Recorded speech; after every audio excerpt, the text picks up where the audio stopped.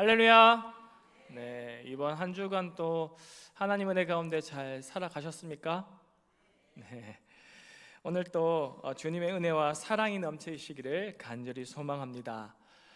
네, 오늘 앞뒤 옆 사람에게 우리 한번 인사해 볼까요? 복음이 당신을 살리십니다.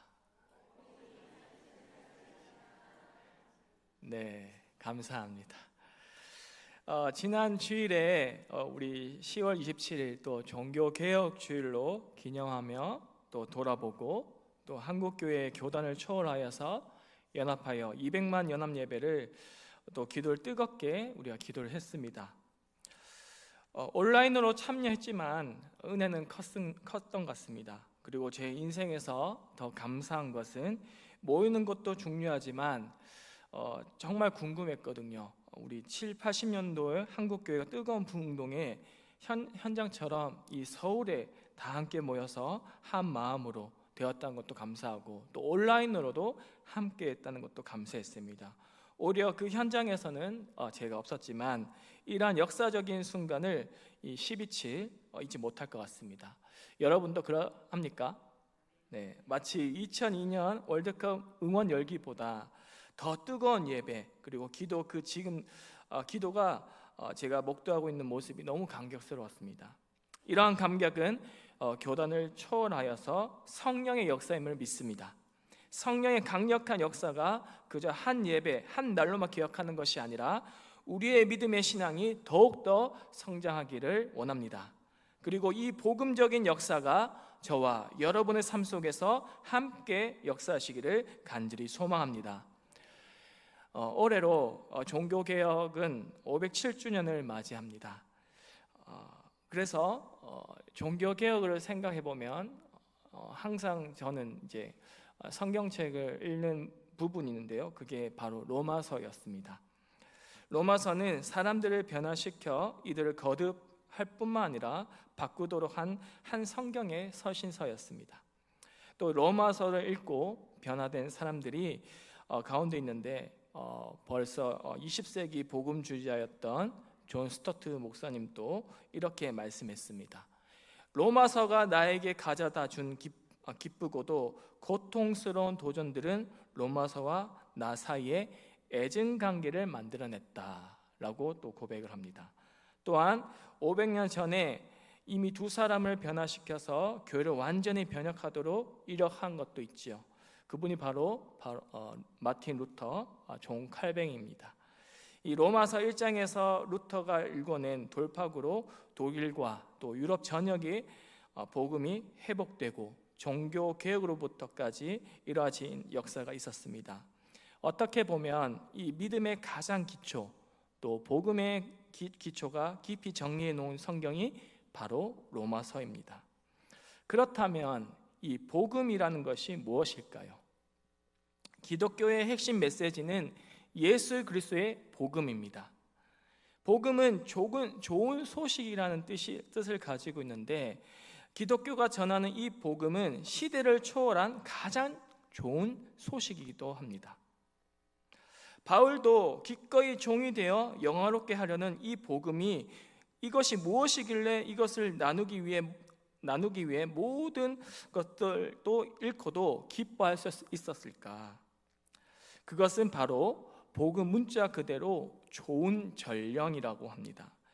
1세기경 전쟁에서 승리한 황제는 전령을 보내 자신의 승리와 통치권 그리고 평화를 선포했습니다. 한마디로 복음은 선언이자 선포입니다. 그래서 복음을 따라야 할 충고가 아니라 또 이루어진 것에 대한 소식, 그것도 좋은 소식이었다는 것입니다. 복음은 새로운 것이 아니라 오히려 하나님이 선지자들을 통하여서 그의 아들에게 관하여 성경에 미리 약속하신 거라고 말씀합니다. 먼저 우리 로마서 1장 2절 말씀인데요, 우리 함께 읽겠습니다. 시작. 이 복음은 하나님이 선지자들을 통하여 그의 아들에 관하여 성경에 미리 약속하신 것이라. 아멘. 모든 구약 성경은요 복음에 관한 약속이면서 복음의 선포를 예시하고 있습니다. 바울은 이 토대 위에 하나님의 전령으로 서 있었습니다. 구약 성경은 지금 하나님 생생하게 선포하고 있는 복음에 대한 그림자라는 사실입니다. 그렇다면 이 복음의 내용은 무엇일까요? 우리 로마서 1장 3절 말씀입니다. 다 함께 읽겠습니다. 시작. 그의 아들에 관하여 말하면 육신으로는 다윗의 혈통에서 나셨고. 아멘. 내용은 바로 그의 아들입니다. 그래서 복음 중심에는 예수님이 있습니다. 복음은 개념이 아닌 한 분에 관한 것입니다. 우리가 아니라 그분에 관한 것이죠. 그래서 복음이 근본적으로 우리의 인생과 꿈, 희망에 대한 메시지가 아니라는 것을 이해할 때까지는 결코 복음을 제대로 알 수 없습니다.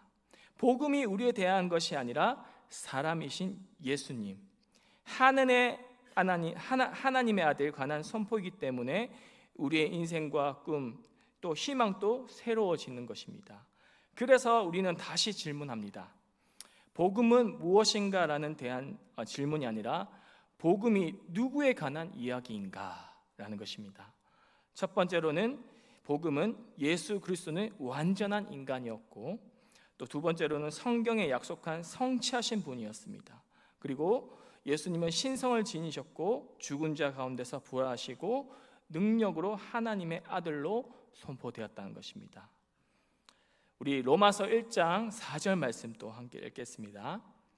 로마서 1장 4절 말씀 제가 읽어드리겠습니다. 성결의 영으로는 죽은 자들 가운데서 부활하사 능력으로 하나님의 아들로 선포되셨으니 곧 우리 주 예수 그리스도시니라. 아멘. 그래서 복음의 핵심은 예수 그리스도라는 것입니다. 즉 죽음과 부활이라는 것이죠. 비어있는 무덤은 예수님이 누군가에 대한 위대한 선포였습니다. 예수님의 부활은 그분이 하나님의 아들이라는 데 모든 의심을 날려버립니다. 그리고 예수님의 부활과 승천은 그의 하나님 오른편에서 통치하게 하시고 그에게 모든 위에 뛰어난 이름을 주시고 모든 무릎을 예수의 이름 앞에 꿇게 하셨습니다. 그리고 예수님은 겸손하게 인간이 되셔서 가난을 맛보시고 사람들의 거절을 견디시고 무력하게 죽음을 당하셨습니다.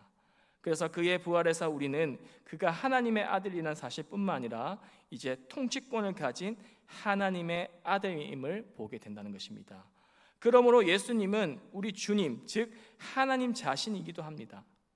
그래서 복음은 예수님의 완전한 통치에 대한 선포이면서 동시에 우리가 그분을 주님으로 섬기도록 초대하고 요청하고 있다는 것입니다. 그렇다면 복음의 요청은 무엇일까? 우리 로마서 1장 5절 말씀인데요. 제가 읽어드리겠습니다. 그로 말미암아 우리가 은혜와 사도의 직분을 받아 그의 이름을 위하여 모든 이방인 중에서 믿어 순종하게 하나니. 아멘. 예수 그리스도를 믿고 그분께 순종하는 것입니다. 즉 믿음에서 흘러나오는 순종으로 산다는 것이죠. 바울은 믿음뿐만 아니라 순종도 해야지 구원을 받을 수 있다고 이방인에게 가르치고 있지는 않습니다. 순종은 하나님의 아들인 예수를 전적으로 신뢰하는 마음입니다. 믿음이 생겼다는 것은 믿음에서 흘러나오는 순종은 믿음의 결과이지 구원을 받기 위한 또 다른 조건은 아니라는 것입니다. 그리고 마음으로 진실하게 믿으면 순종하는 삶을 살게 된다는 의미이기도 합니다. 왜냐하면 복음은 성경의 약속처럼 부활하신 예수님이 다스리시는 하나님의 나라로 우리를 초대한다는 선포이기 때문입니다. 여기서 중요한 것은 믿음이란 왕 대신 하나님을 믿는 것이고 우리는 그분에게 순종할 의무가 있는 바알과 같은 종이기도 합니다. 그래서 왕을 진정으로 신뢰할 때 비로소 기꺼이 순종하게 된다는 것이죠. 우리 16세기 위대한 종교개혁자 마틴 루터는 이렇게 이야기를 합니다. 우리는 믿음만으로 구원받았다. 하지만 우리를 구원하는 그 믿음은 결코 홀로 있는 것이 아니다. 그래서 그 믿음은 위대하고 기쁘고 의심치 않는 순종의 필히 동반한다는 것입니다. 그래서 복음은 그 어떤 세상 능력보다 강력하다라는 것입니다.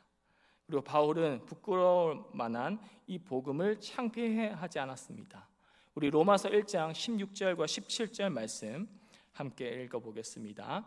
시작. 내가 복음을 부끄러워하지 아니하노니 이 복음은 모든 믿는 자에게 구원을 주시는 하나님의 능력이 됨이라. 먼저는 유대인에게요 그리고 헬라인에게로다. 복음에는 하나님의 의가 나타나서 믿음으로 믿음에 이르게 하나니 기록된 바 오직 의는 믿음으로 말미암아 살리라 함과 같으니라. 아멘. 다시 말씀드립니다. 바울은 복음을 부끄러워하지 않았습니다. 이것이 하나님의 능력을 믿었기 때문입니다. 바울에 의하면 복음이 어떤 개념이나 철학이 담겨져 있는 것이 아닙니다. 복음 안에는 말과 능력이 함께하고 있기 때문입니다. 복음의 메시지란 하나님께서 우리를 위해 하신 일과 앞으로 하실 일에 관한 것입니다. 따라서 복음은 능력이 있다는 것이죠. 복음은 어떤 능력을 지니고 있었을까요? 바로 구원을 주시는 능력입니다. 생각과 마음, 그리고 우리의 인생의 목표, 세상사에 대한 지각, 인간관계 등 완전히 새롭게 하는 능력이라는 것이죠. 복음은 우리를 구원할 수 있고 하나님과 화해하기 위하여 하나님 나라의 시민권을 영원히 보장해 준다는 것입니다. 그래서 세상의 그 어떤 능력보다 강력한 것이 복음이라는 것입니다. 그렇다면 복음이 우리의 삶에 새롭게 만들 정도로 강력한 이유는 무엇일까요? 바로 우리 17절 말씀 다시 한번 읽어보겠습니다. 로마서 1장 17절 말씀 시작. 복음에는 하나님의 의가 나타나서 믿음에 이르게 하나니 기록된 바 오직 의는 믿음으로 말미암아 살리라 함과 같으니라. 아멘. 여기서 복음에는 하나님의 의가 나타나기 때문이라고 말씀합니다. 의란 이 말의 영어로 의미를 생각해 보면 훨씬 더 잘 이해할 수 있는데요. 하나님의 의란 하나님의 의로운 성품을 말합니다. 그리고 하나님은 선하시고 거룩한 분이시기도 합니다.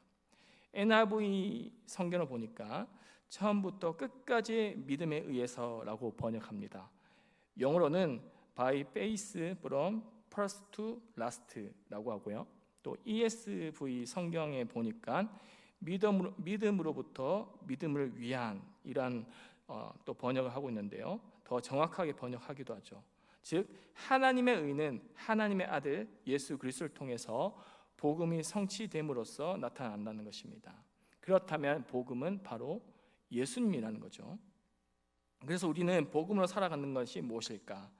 결국은 예수와 함께 살고 예수와 함께 죽는 것입니다. 우리 로마서 14장 8절 말씀인데요. 우리 함께 읽겠습니다. 시작. 우리가 살아도 주를 위하여 살고 죽어도 주를 위하여 죽나니 그러므로 사나 죽으나 우리가 주의 것이로다. 아멘. 그렇습니다. 우리가 할 수 있는 것은 무엇일까요? 복음은 우리가 어떤 의미인지 내용인지 깨달았습니다.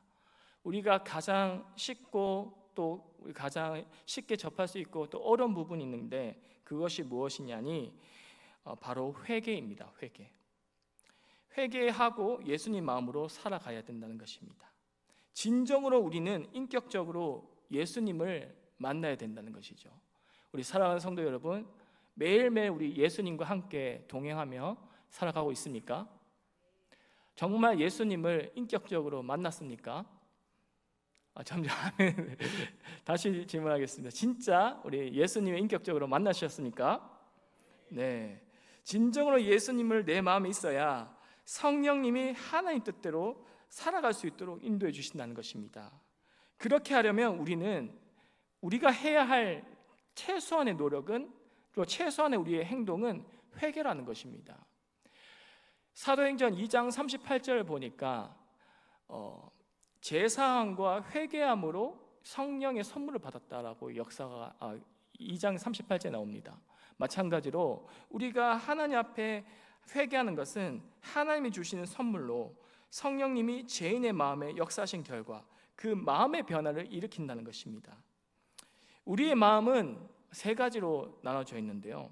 지, 정의라는 통제센터가 있는데 이 사실을 우리가 모르게 된다면 마음의 변화도 피상적으로 이해하기 쉽기 때문입니다. 그러나 마음의 변화는 반드시 우리의 태도와 행위에 참된 변화를 일으킬 수 있기 때문입니다. 첫 번째, 우리가 회개해야 될 때는 생각의 변화가 있어야 됩니다.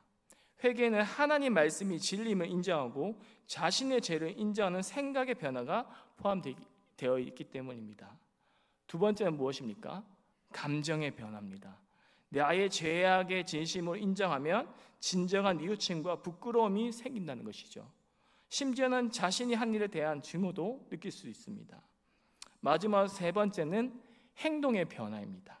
진정한 회개는 바른 행동으로 증명되는 의지와 변화, 특히 죄에서 돌아서서 하나님께 돌아와 순종하는 행동으로 나타난다는 것입니다.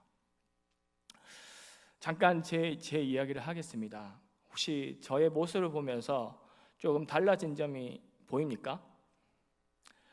무엇이 보입니까? 네? 네, 뭐 그렇죠. 살이 빠졌습니다. 그죠? 예. 사실은 제가 11월 달에 이 설교하려고 했거든요. 목표치를 목표를 한 다음에 이야기해야 더 힘이 실리겠다 했는데 개인적인 저희 목회자 사정으로 미리 제가 10월 달에 이렇게 바꿔가면서 이렇게 설교 준비했는데요. 최근 제가 9월 25일부터 지금까지 원래는 이제 11월 한 달까지 해서 체중 감량을 10kg 하려고 했습니다. 그런데 이 이야기를 사실 11월 달 하려고 했거든요. 그런데 지금까지 오늘까지 정확하게 6.5kg를 감량했습니다. 박수 칠 만은 아니고요. 네, 체중 감량이 쉽지 않다는 거죠. 또 체중 감량 이 다이어트라는 것이 또 신앙과도 연관이 되어 있다라는 것입니다. 그 이유가 뭐냐니 일단 음식부터 바꿔야 돼요. 체질부터 바꿔야 되고 또 먹고 싶은 거 제가 제일 좋아하는 흰밥살도 이제 버려야 되고 그리고 매껍짠 제육볶음도 고추장 불고기 이런 좋아하는데 그것도 이제 바꿔야 된다는 거죠. 그것을 또 채소 진짜 이제 성경에서 나오지 않는 우화 동화 있죠. 왜 채소를 먹어야 인간이 되는지 100일 후에 왜 인간이 되는지를 조금 알게 되더라고요. 먹고 싶은 거 안 먹고 또 채소, 당근, 닭가슴살로 이렇게 거의 한 달 반, 그렇죠? 한 달 반 정도 이렇게 살아왔는데 그뿐만 아닙니다. 또 잠도 잘 자야 돼요. 또 물도 잘 마셔야 돼요. 그리고 만약 예를 들면 이제 그런 공식적인 식사 자리 있을 때는 한 공기 밥을 안 먹는 게 아니라 적어도 반 공기만 이게 또 절제도 하고 그러면서 온갖 노력과 의지와 집중하고 절제하고 이 목표를 이루기 위해서 집중한다는 거죠. 근데 가만히 보자니 우리의 신앙생활, 믿음생활, 복음으로 살아간다는 그 사실 또한 이와 같다는 것입니다. 더 이상 죄를 짓지 아니하리라. 끝까지 컨트롤하고 마음으로나 생각으로나 어떤 모습으로나 하나님 앞에 집중하자라는 것입니다. 이렇게 다 쏟아 부었더니 이렇게 지금 약 6.5kg 감량했던 결과를 볼 수 있었습니다. 아직 멀었는데요. 앞으로 3.5kg를 뺄 수 있을지 모르겠습니다. 그러나 계속 저도 의식하고 최대한 좋은 컨디션으로 잠도 잘 자야 되고 물도 잘 마셔야 되고 또 그러다 보니 부작용은 뭐였냐면 한 2주 동안은 골골거렸어요. 머리도 아프고 왜냐하면 늘 먹었던 탄수화물을 약간 중독 현상 같은데 안 먹으니까 머리가 깨지겠더라고요. 한 2주 지나니까 조금 괜찮아지고 또 저녁을 흰밥 대신 투명한 물을 2리터를 마시고 배불려야 더 이상 안 먹겠지 생각하고 근데 중간중간 새벽에 또 깨서 소변 마려워서 깨고 그러다가 그런 반복과 의지와 모든 전적으로 여기 집중했더니 이러한 결과를 나타낸 것처럼 우리 신앙생활도 우리의 회개하는 모습도 구원을 얻는 신앙으로 이것도 동일하다는 것입니다. 그래서 신앙은 하나님의 존재를 믿는 것 이상입니다. 신앙에는 하나님의 성품과 그 말씀이 진실 하나는 신뢰와 확신과 의지가 있기 때문입니다. 성경에서는 무엇으로 말씀하고 있을까? 신앙은 바라는 것들의 실상이요 보이지 않는 것들의 증거라고 정의합니다. 그런데 여기서 아주 중요한 질문이 있습니다. 이성적인 사람이 과연 실제로 존재하는지 보지도 못한 것을 확신할 수 있을까? 라는 질문이죠. 어떻게 소망에 대해서 확신을 가질 수 있을까? 답은 바로 그 사람이 하나님의 성품을 신뢰하고 성경을 신뢰하면 다 바뀐다는 것입니다. 우리의 죄에 대한 용서, 하나님과 화목함, 또 영원한 생명의 소망을 확신할 수 있는 이유는 우리가 바로 예수 그리스도라는 것, 그분을 믿고 깨닫고 오늘 또 의지하기 때문입니다. 그래서 구원을 얻는 신앙은 특히 예수 그리스도를 우리 구주이시고 하나님 앞에서 우리의 유일한 의가 되신다는 것을 우리가 신뢰로 회복해야 된다는 것입니다. 그런데 우리는 정말로 아까 이야기한 것처럼 생각도 마음도 행동도 변화되기 쉽지 않습니다. 이 약물고 해야 됩니다. 아까 저는 이제 사실 9월 25일 이야기한 이유는 어느 권사님이 첫 저의 인사라 안녕하세요가 아니었습니다. 어머 전도사님 살쪘네요 이거였어요.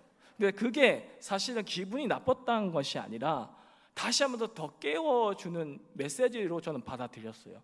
한번 이렇게 하면 안 되겠다라는 거였죠. 사실 9월 달에 헬스장을 끊었거든요. 3개월치를 반드시 빼리라. 근데 3주 만에 포기해버렸어요. 그 이유는 즉슨 뭐 여러 가지 사역적인 패턴도 있고 또 아까처럼 제가 수면이 조금 잠이 많은 편입니다. 그래서 잠을 잘 자야 되는데 이런 헬스장 하는 그 좀 고도의 운동을 하다 보니 사실 달리기밖에 안 했거든요. 근데 그런 피로도 때문에 뭐 가끔 새벽 기도도 빠질 때도 있고 이런 게 여러 가지 저의 영성 관리가 하나도 안 되는 겁니다. 그래서 아침에도 헬스장 가려고 해도 잘 안 되고 또 계속 이제 9월 달부터는 이제 교회 업무로 인해 핑계지만 너무 바쁘고 시간을 짬 낼 수가 없는 거죠. 그래서 방법을 딱 하나 바꿨습니다. 내가 지금 현재로 할 수 있는 것 최선을 다해보자. 그것이 체질 바꿔보자. 뭐 믿음으로 한번 바꿔보자. 이렇게 좀 저의 어떤 의지와 좀 확고하게 좀 했던 것 같습니다. 그렇게 했더니 제가 깨달았던 것은 참된 회개는 죄에서 돌이킬 뿐만 아니라 때로는 이러한 미덕과 공로 또 하나님 앞에서 의로워지려고 하는 노력들이 돌이킬 수 있는 것이 바로 참된 회개다라는 것입니다. 이뿐만 아니라 하나님과 화목하게 되었다면 우리가 하나님 위해 무엇을 행해야 되는가, 무엇을 해야 되는 건가라는 것입니다. 이제 며칠 앞두고 있지 않는 123 VIP 초청잔치가 지금 있습니다.